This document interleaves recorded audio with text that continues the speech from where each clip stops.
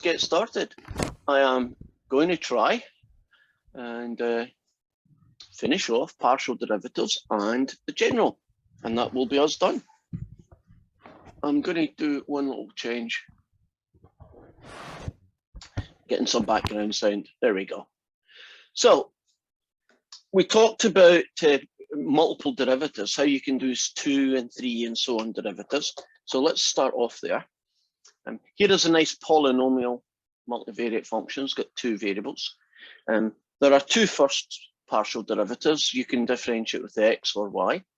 And there are technically 4 second partial derivatives. But didn't we learn from the guy called Clairaut that these 2 should be the same, provided this function is continuous? And I think you can look at most functions and tell when there's going to be a problem. Would you agree there's no chance that this function has anything weird going on, right? It's just a polynomial. So with respect to x then, you get 3x squared. When you think of x as the variable here and everything else attached to it is just a constant, well, you're going to do multiply by the power reduce it by 1. So that's going to get me 4x y to the 4. And as far as x is concerned, this is just a number, so its derivative is 0. Now, if we switch theme and now do the same function, but differentiate it with respect to y, as far as y is concerned, that's a constant. Multiply by the power and reduce the power by 1, you get that. And with respect to y, use the power rule, you get that. Everything cool? Right. Now, if you want to do this fella, don't you just basically take this guy and differentiate him again with respect to x? So differentiate 3x squared, you get 6x. Differentiate 4xy to 4, well, that's basically just an x with some numbers attached to it. So its derivative is that. If you want to do xy, you start with this derivative, right? And then you differentiate this one, but now with respect to y. So as far as y is concerned, 3x squared is a number, so its derivative is nothing. And the power rule on this one gets me 16xy cubed. Now, if you want to do fyx, then you start with a y and then you differentiate this answer with respect to x. Well, if you differentiate this guy with respect to x, basically the x squared is the only part that really matters. You multiply by the power and reduce it by 1. And then last but not least, if you want to do the second derivative yy, you would just take this answer and differentiate it with y one more time. So as far as y is concerned, this is a y cubed function. So you multiply by the power and reduce it by 1. As far as y is concerned, you get that. And that's a very nice question, just to show you the kind of things that you would expect to see. Do you see these 2 guys are the same? But wasn't that exactly what Clairaut said should happen? Right? That a differentiation x then y or y then x achieves the same result. So I can tell you that that function is continuous, even though I kind of knew it anyway. So far, so good. So if you know how to do partial derivatives once, can't you do partial derivatives 2, 3, or 33 times? You just keep doing it until you have finished. So I'm just going to do pieces of each of the ones. By the way, that one was similar to 18. I'm going to do pieces of 19 now. The function that we've got is the natural log of ax plus by. So remember, a and b are always constants, right? That's doesn't matter who you differentiate with respect to, a and b will be treated exactly as a constant. So let's suppose I want fx. If you differentiate a natural log of something, it's a chain rule essentially. So you get 1 over that something times the derivative of the inside function with respect to x. Well, ax, when you differentiate it, gets you a, and by is a number, so you don't get anything. So this fella ends up being ax plus by. And let's suppose I wanted that one. Then I would take this guy and I would differentiate it. Now I could do this two different ways. I could call the top F, I could call the bottom G and do a chain rule, or I could rewrite it as ax plus by to the power of -1. And if I write it like that, I can get the answer as a chain rule. So I could do this as a quotient rule, or if I rewrite it like this, I can do it as a chain rule. And the reason I can get away with the chain rule is that that's just a number. That's just a constant. So you multiply by the power and you reduce the power by 1. And then you differentiate inside with respect to y. So that's nothing and that's b. So what we get here is negative ab. And then to make it look pretty, style points, there we go. Are you comfortable about the second partial derivative? Does that seem reasonable? Right. Let's pick another function, just do a couple of them. Let's do question 20. And we have a function t e to the -5, oh God in the himmel, 5r with a cosine of theta. And I want to find the partial derivative with respect to r.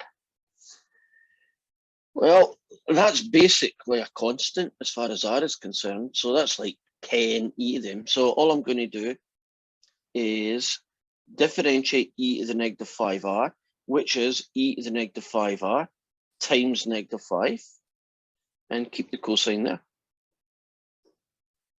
And now I'm going to do an r theta. So we're now going to take this answer, but differentiate it with respect to theta, which means all of this is essentially a constant. So if you differentiate cosine theta, you get a negative sine theta. And so two negatives make a plus, and you got that guy. Now, if you're a gambling person,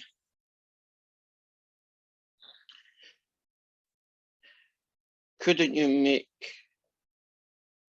a reasonable assumption that almost all the time those two are going to be the same? Agreed?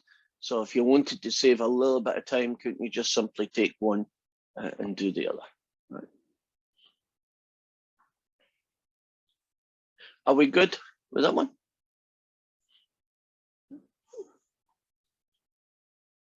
Now I'm going to do an example of a little algebraic trick that you can use when a function is symmetric. So this is a version of 21 that is symmetric, at least in the example I'm going to do. It's 2s squared plus 2t squared. So what makes a function, a multivariate function, symmetric? If you switch the t for an s and the s for a t, doesn't this end up being 2t squared plus 2s squared, which means it's the same function, right? So a symmetric function would be if you switch the variables around, right? Switch places. Is it still the same function? And I'll do that in a minute, but let me show you some examples of symmetric functions. That would be a symmetric function. You see what I'm getting at? If you switch the x's and y's, you've got the same thing.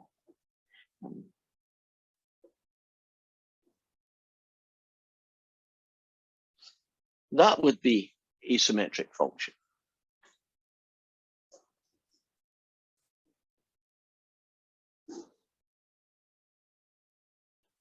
That would not be a symmetric function. Why is this one no good, but these two are? Why does this one not count? Say again, Eric. Because that would be a negative y squared, but x squared is positive. Okay. So if I switch places, you'd get that. And if I switch places, you would get that. And if you look at the top line, I could rearrange it and call it x plus y. But would you agree that that and that aren't the same? Right? That's essentially what you're saying, Eric, right? Yep. Yeah. So if a function is symmetric, we can do some shortcuts. I'm going to do a partial derivative of this with respect to s. So the sine of this is going to be essentially a chain rule. The sine of this ugly guy is the cosine of this ugly guy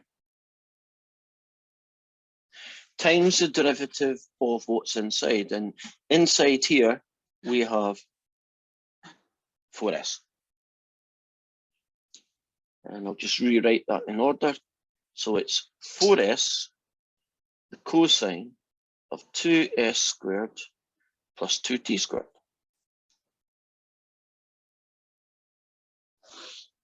Now, by symmetry, I can predict what the answer to the other derivative is. Anybody want to have a guess at what the derivative with respect to t would get you?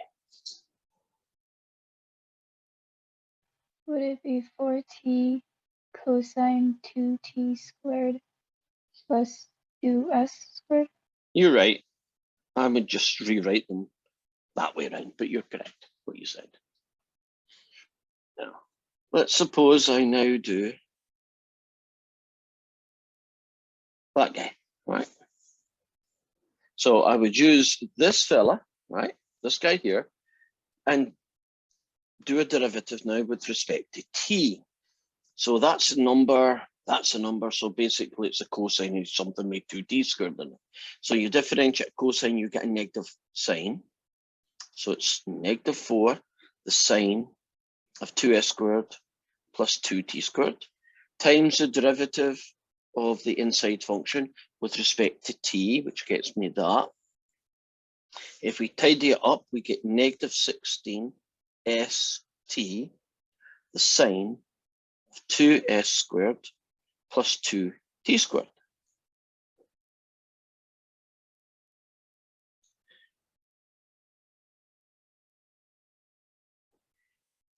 Now, couldn't we switch places and say, I now know the answer to that one? Now, if I had time, which I don't, but if I had time, couldn't I have found that guy? And once I find that guy, couldn't I use that answer to predict this answer? So when you know that your function is symmetric, you only really need to do half the derivatives. Can't you predict what the other half, the other side of the coin would be? So if you do it with t, you can figure out what it would be if you did it with s, right? If you did a tt, you could figure out what an ss is, right? If you do an st, you can figure out a ts. And that can save you, 50% of the time, right? Because you only need to do 50% of the work. And then you can predict the other side of the coin after that. And I spelt Clairo yesterday with an AUX because I thought it was like Bordeaux and all that carry on. But here is the correct spelling of Clairo because it's in front of me. Claire, A-U-T''S. Now, any of you know French might turn around and say, he's not called Clairol, he's called that. Is that Clairol? Because that's what I've always called him. Is that just the way the French do the O sound at the end of a name? Yeah, that's right. So why don't they do the Bordeaux AUX sound? Does that mean sometimes they do one and sometimes they do the other? Yeah, sometimes T is at the end instead of X. It has a lot of kind of weird linguistic things. Okay, well, we can live with that. French is weird. No. Well, anyway, Clairaut's basic theorem went and said, look, if you wanted to do a multiple partial derivative, like that's a fourth derivative, he says that as long as the function is continuous, can't you do it in any order you like, as long as, in this case, 2x's and 2y's. And what that allows you to do is that you can choose which order to do a multiple derivative. Because some functions, doing the x's first and the y's second is less work. But in other situations, doing the y's first and then the x's is less work. So it's a kind of cool theorem. So let's finish off with just one last guy, and then we can move on to our last section. So here is my function. And it's e to the x, y, z to the 4. And we are going to find x, y, z. So that's going to be a triple derivative, right? And we are going to do it in the order x first, y second, and z last. I think in this case, I don't think it matters. I don't think there's an easy order or a difficult order. So I'm just going to do it in that order. So I find that one first.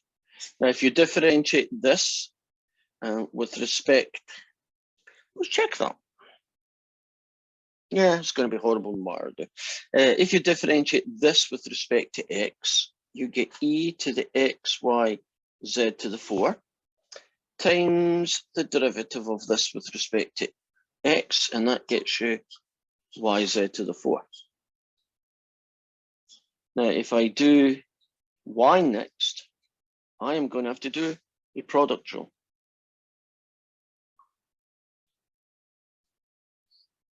So I differentiate this with respect to y, and you get z to the 4. Leave that guy alone. Plus leave this guy alone, and differentiate that guy with respect to y, and you'll get e to the x, y, z to the 4 times the derivative of this power, which gets you another x, z to the 4. So that one is going to be a z to the 4, e to the x, y, z to the 4, plus combine all this stuff, plus an x, y, z to the 8, e to the power of x, y, z to the 4. And I'm going to dot the last one. Wouldn't you take this ugly answer and differentiate it with respect to z? And won't that get you a product rule for this piece and another product rule for that piece? And the answer is going to be that big. Are we good with partial derivatives? As long as you know how to do one partial derivative, can't you do 2, 3, and 4 partial derivatives as well? Right. So what is our last section? It's called the chain rule. And it's 14.5.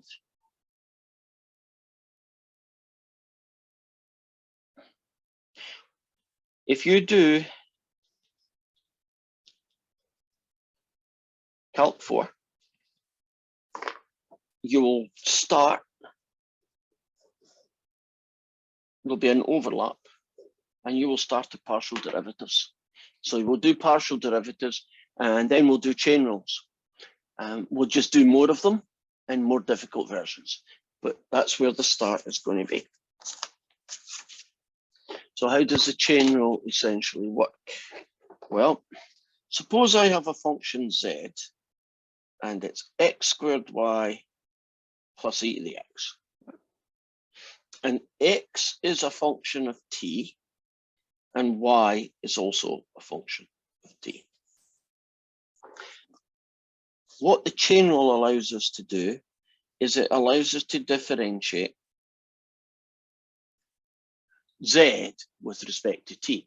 Because if z is a function of x and y are themselves functions of t, then isn't z a function of t? Now, there are two ways you could do it, but there's only one way that we do it. The first way is, couldn't I just replace all the x's with this and all the y's with that, and just make this a function of t and do a calc 1 differentiation, right? That's one way of doing it. It's not the way we're going to do it. We're going to use what's called the general.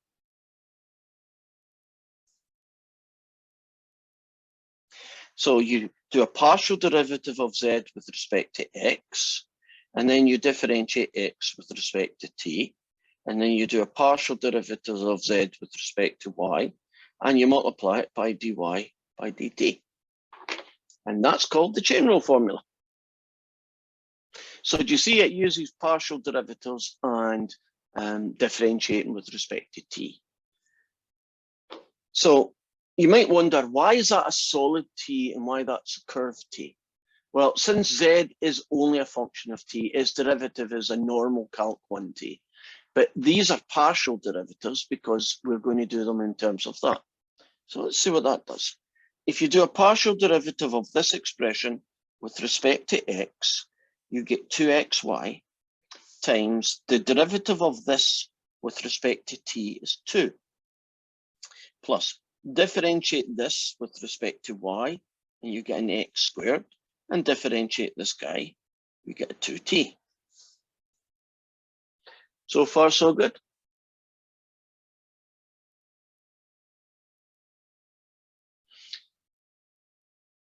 Now, I think yes, question? Wouldn't it just be 2 on the x squared as well, not 2t? This one here. If you differentiate y with respect to t, t squared plus 1 gets you 2t.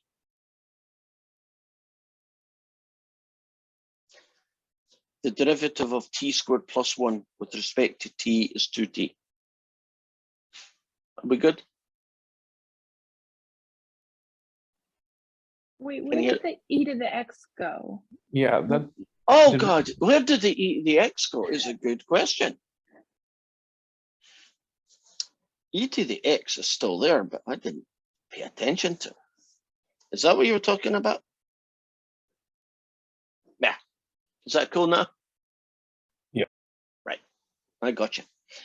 Now, Weber sounds a bit weird sometimes about what answer it's willing to accept. You really should convert everybody into t's when you're finished. And in some questions, WebAssign will take that as an answer. And then in other cases, it will not take this as an answer. They want the whole thing in t. So here goes. It's now going to be 2 times x times y plus e to the power of x becomes that times a 2 plus instead of an x squared, it's going to be 2t squared times 2t. And let's see what that gets me. That gets me, God in Himmel, gets me 4t, t squared plus 1, plus e to the 2t, still times 2, plus 4t squared times 2t. That becomes 4t cubed plus 4t, still times 2. That becomes 8t cubed.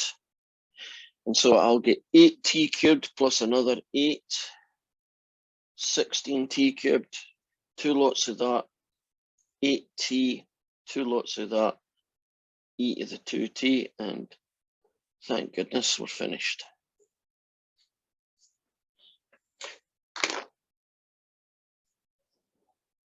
That's the key, the chain rule formula.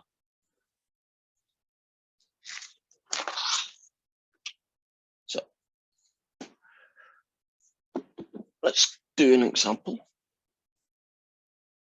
Let's do question 2. Z is going to equal xy to the 5th, take away x squared y. X is t squared plus 1, and y is t squared minus 1. And we are being asked to find the derivative of z with respect to t. So I'm writing down the chain rule formula.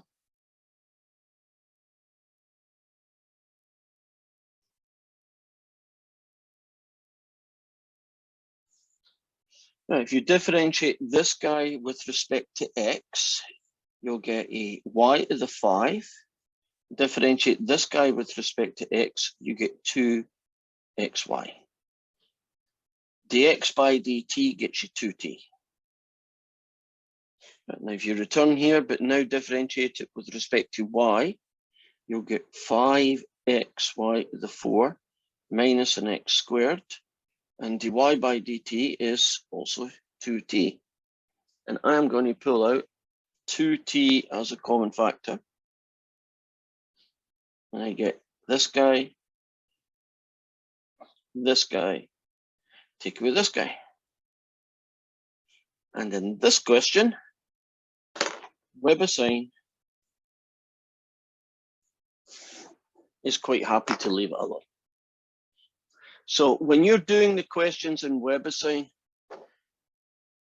you might want to try that one first, right? The ones that have the X, the Y's, and the T's all kind of jumbled up, you know, like in this case. And if it says I don't like it, then turn it into nothing but T's and it'll like that one. So I'm just looking at the answer. And question 1, it wanted the answer to be in T's. And in question 2, it was happy to leave that. I think it's the uglier it is, the more likely it is going to say just leave the damn thing alone, right? Which, you know, you could do it. Couldn't you take all of these terms and convert them into t squared plus 1s and t squared minus 1? Can you imagine how ugly that algebra would be, you know, if you had to do that? So I can understand why they're saying, nah, just leave it alone. So far, so good. Chain rule. Now, let's do an ugly version. I think there's only 7 questions, so it's not a very big section. I have a suggestion. Yes. You can check the practice question and see whether it does X is and T's are just T's. Oh, that's a good idea. Yeah, have a look at a practice question. You'll know what it's expecting. Right. Question 3.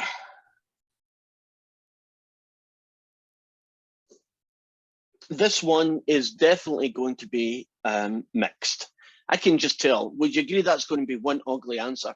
So ugly answers, you tend to leave them mixed.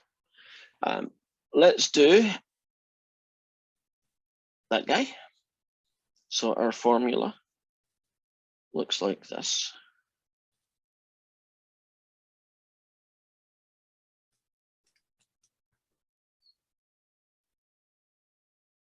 Before we work on this question, have you noticed something about this formula? I know these are not fractions, these are differentials, but do you notice that the x's cancel out and the y's cancel out? You see that? And this piece here is the contribution that x's make to the answer, and this piece here is the contribution that the y variable makes to the answer. When you think of it like that, doesn't that formula kind of make sense? Right? This is the bit of the answer you get from the x's, and this is the bit of the answer that you get from the y's. Right. In this case here, that top guy is going to be f, and that bottom guy is going to be g. And so when I do their derivatives, they are not going to be pretty. So I'm going to do it over here. F dash g, take away f, g dashed over g squared. If you differentiate, this is with respect to x. If you differentiate with respect to x, you get 1, leave the bottom alone, take away, leave the top alone, and differentiate the bottom with respect to x. And the whole thing on the bottom looks like that. And that's going to get me an x, add a 3y, take away an x, add a y.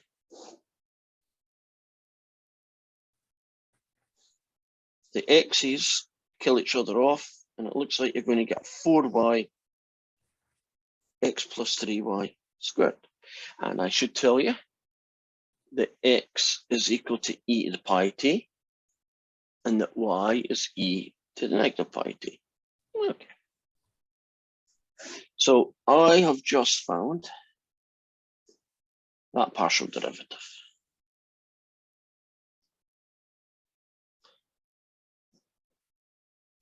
So now do that one. Also going to be a quotient rule.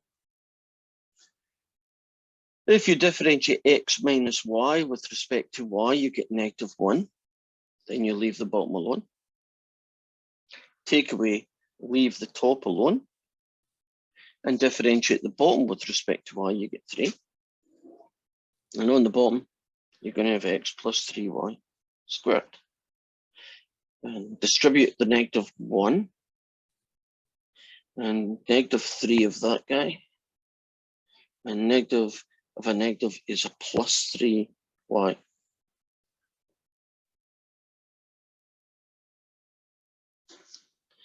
And they get cancelled. Looks like I get that guy. Okay, this should be able to put all the pieces together now.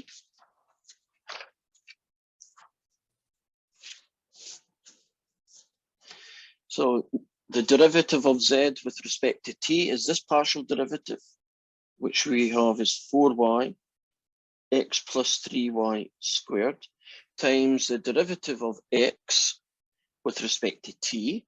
So that's going to get me e to the pi t times something. If you differentiate e to the pi t, you get e to the pi t times what?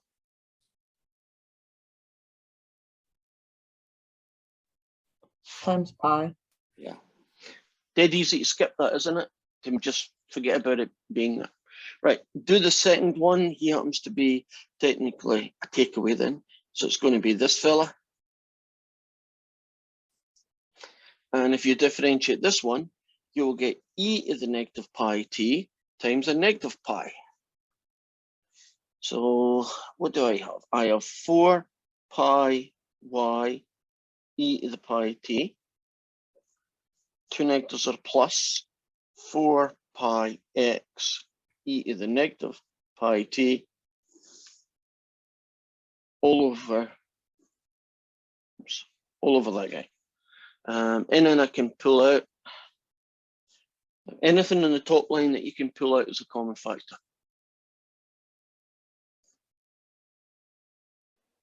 4 pi. Yeah, not much an improvement, but it is something.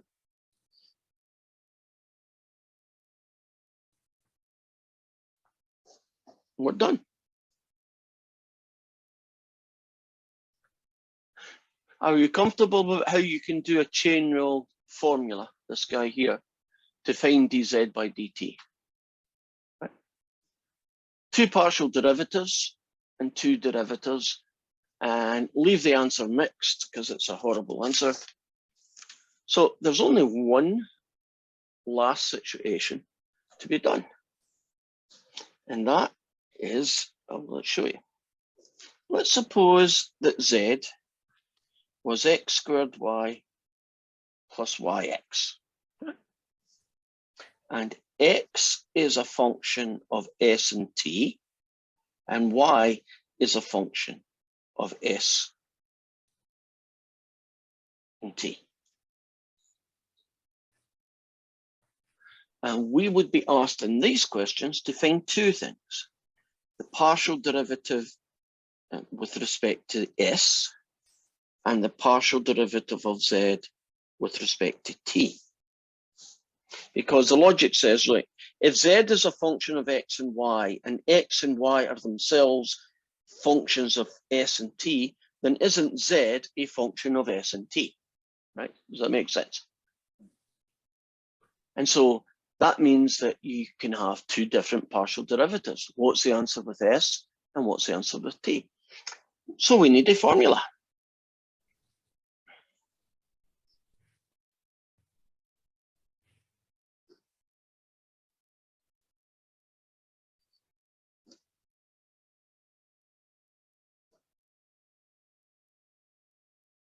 There it is.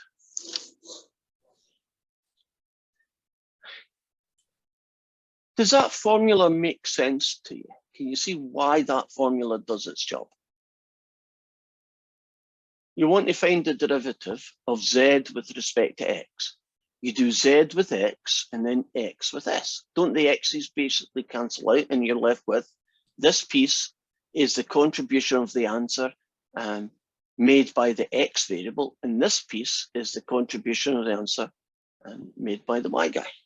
So you differentiate this guy with respect to x, and then you differentiate with the derivative of x with respect to s, which in this case is just 1. Then you do a y guy.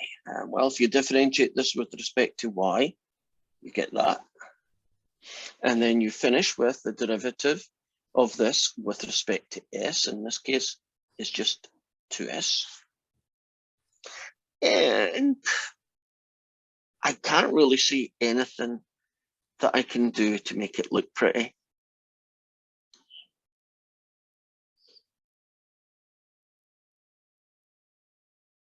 So I guess that's my answer.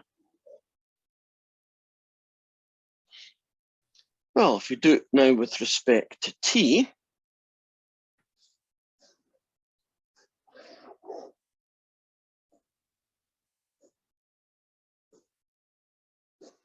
anybody want to have a shot at what the chain rule formula for dz by dt would be?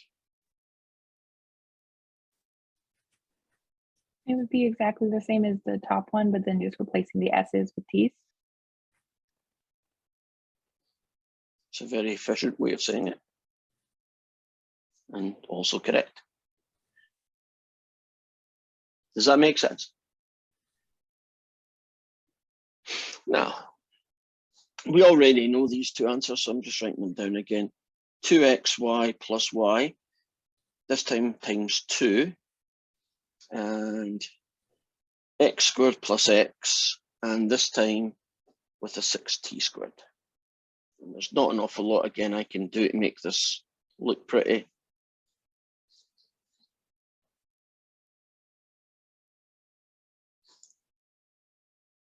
And there's our answer.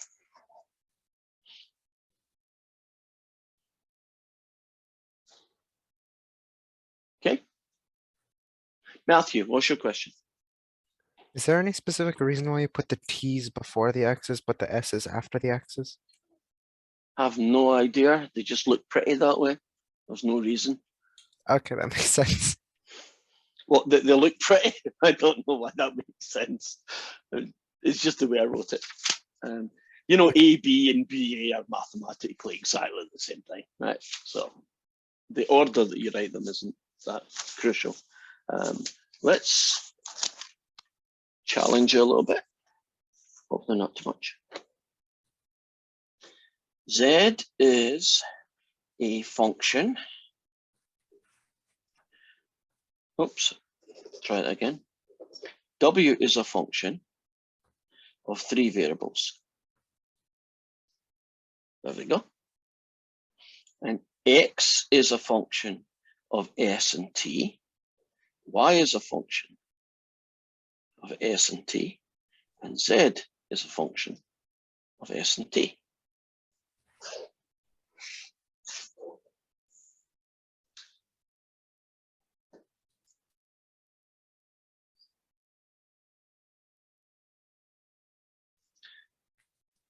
We need to generate the chain rule formula that would allow you to get the partial derivative w with respect to t.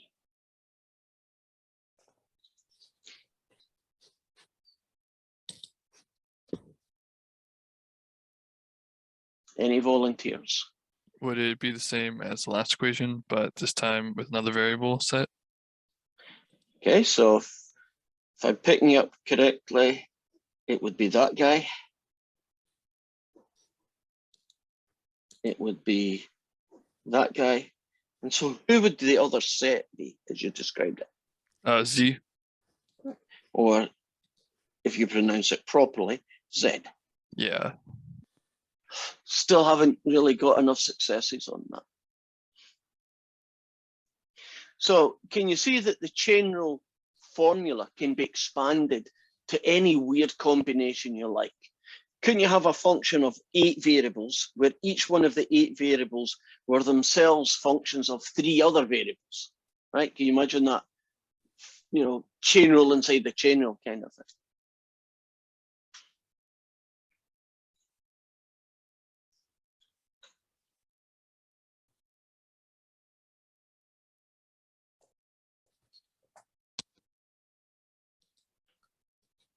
Are we good?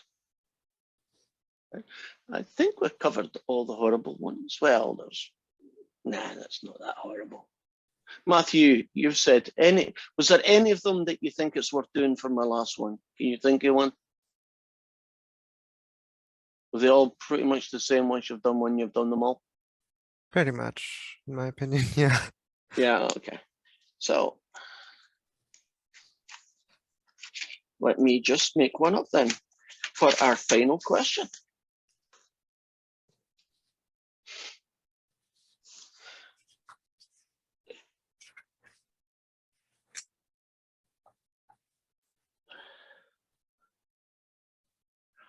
You recognize what that probably is in 3 dimensions. Do you know what that would be? It's a sphere, right? Yeah, it's a sphere. Great. So I'm going to have a sphere that changes through time. And my sphere is going to be, well, first I have to rearrange this equation.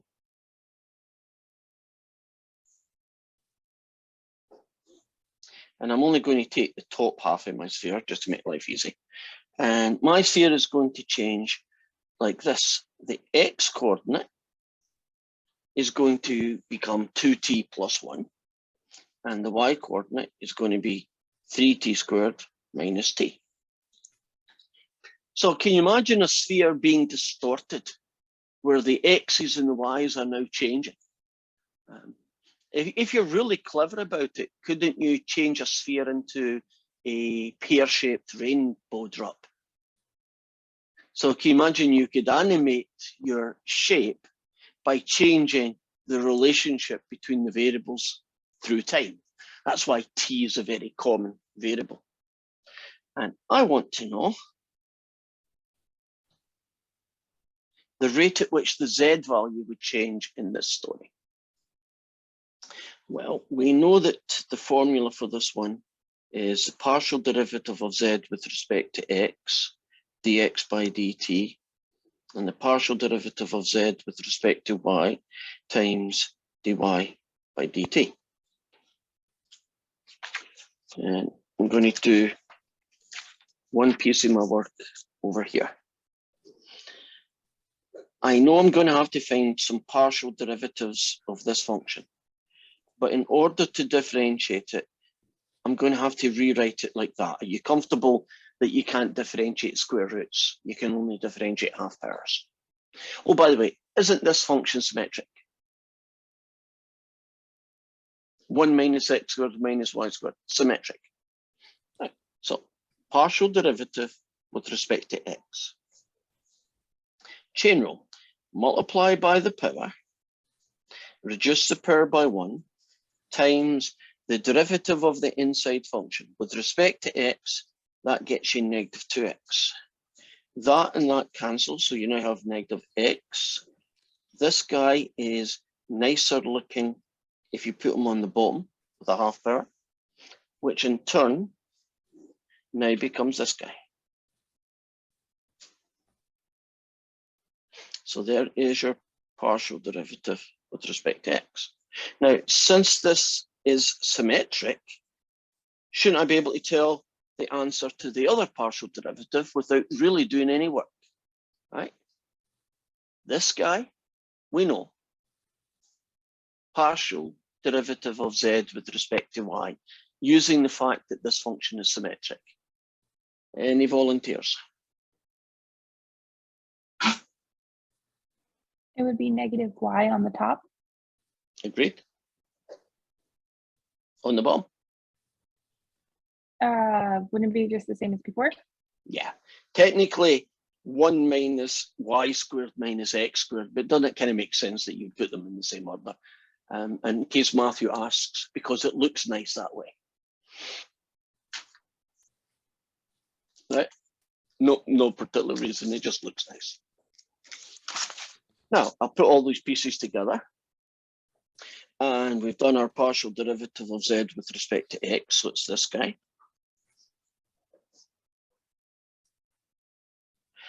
And differentiating this with respect to t just gets you times 2. And then the other one is a negative y over the same looking square root. And you differentiate this with respect to t, you get a 6t take away 1. Since they share a common denominator, at least I can do that. And this guy will be negative 2x, and this guy will be negative 6ty plus a y. And this one is a good candidate for leaving as a mixture of x, y's, and t's. Now, if you wanted to convert it into t's, wouldn't every x be replaced by this? And every y would be replaced by this? And wouldn't this just be a horrible formula with t's in it? But wouldn't you now be able to see how the z, the upward thing, was moving? If it was positive, wouldn't the bubble be getting stretched? If the dz by dt was a negative, wouldn't that mean it would be shrinking? So you could have this little bubble bouncing about, changing shape through time. And this would be the way in which you would distort it. And you could, I guess you could stick that into some kind of video software and actually do, 0.01, 0.02, 0.03. Isn't that how you do animation? You just do one picture, is it 60? I think is it 60 frames per second? Anybody know animation-ish? Right? Yeah, it is. Right. So you would basically take a second and break it into 60ths and evaluate the thing at each one of those points. And you see what you would then see is it started off as a sphere, and then according to this distortion, it would change. But it would change a little bit each time, wouldn't it? And so when you put it together, it would look like some kind of bubble being distorted by the wind or what.